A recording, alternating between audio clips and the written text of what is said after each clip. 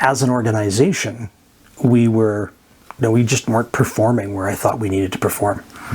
And I read a book called Focus, and he highlighted several examples. But if you look at, say, a focused company like Caterpillar in the U.S., where they make just construction equipment, they've got margins that range, say, from 8 to 12%.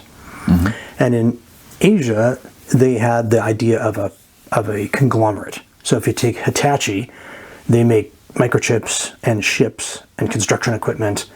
And if you compare them, their margins end up being 3%. And the conclusion of the book was that the focused competitor wins every time. So I thought, okay, well, I can read these business books and say, hey, that's fascinating, or I can actually take a hard look at our business and see what lessons I can apply. So I had, at that point, one of the staff in graphic design approached me, this is about 2004, and said, hey, why don't we look at purchasing the graphic design part of the business? So we split the business, and we focused entirely on product development.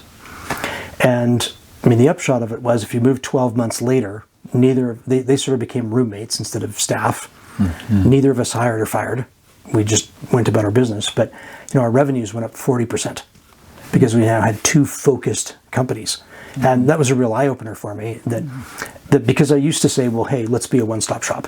We can design your product, and we can do your logo and your exhibit and your packaging. And if you've got the right client, that can work very well.